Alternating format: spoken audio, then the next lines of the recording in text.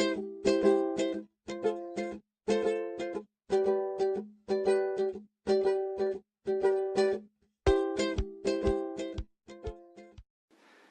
and welcome back to MythBusters. Today's question is gluten-free food really good for you? Gluten is a protein comprised of two different proteins, glutenin and gliadin. Gluten is responsible for the elasticity of dough and is what helps to hold baked goods together. This is why if you've ever enjoyed a baked good made with gluten-free alternative, they tend to be very, very crumbly. Now, gluten is bad for people who have celiac disease. Celiac disease is an allergic reaction to gluten that causes physical damage to the body.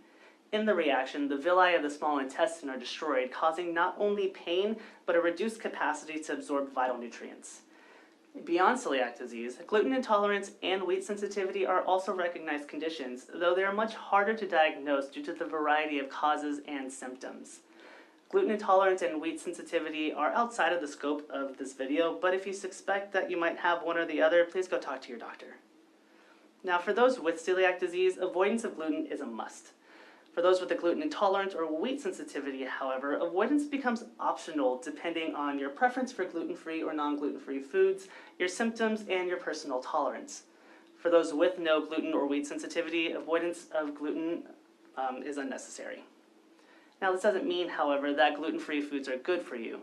Wheat is largely used in highly refined foods that are high in refined carbohydrates, such as baked goods, pastries, chips, crackers, and white breads, which are not healthy, and substituting a gluten-free alternative that is also highly refined will not make these foods any healthier for you. So it's always better to focus on eating as many whole, unprocessed foods as possible. Sometimes people will, without gluten or wheat sensitivities, will go on a gluten-free diet, and they'll report feeling better and contribute it to the elimination of gluten.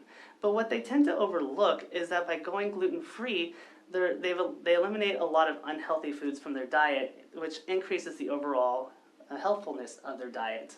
So without knowing whether these people have a gluten or wheat sensitivity, it's impossible to know whether the stated improvements are contributable to the elimination of gluten or the overall improvement in the healthfulness of their diet. But for those with or without celiac disease or gluten or wheat sensitivity, here are some naturally gluten-free whole grains that you can enjoy at any time. They include quinoa, buckwheat, millet, rice, corn, and oats. And as a side note for oats, even though they are naturally gluten-free, a lot of oats tend to be processed in facilities that also process wheat products. So if you want to make sure your oats are gluten-free, make sure that the packaging states that they're gluten-free or that they're processed in a facility that doesn't also process wheat products. Well, that's all we have for you this week. We hope this has answered your question. Thank you for tuning in, and we will see you next time.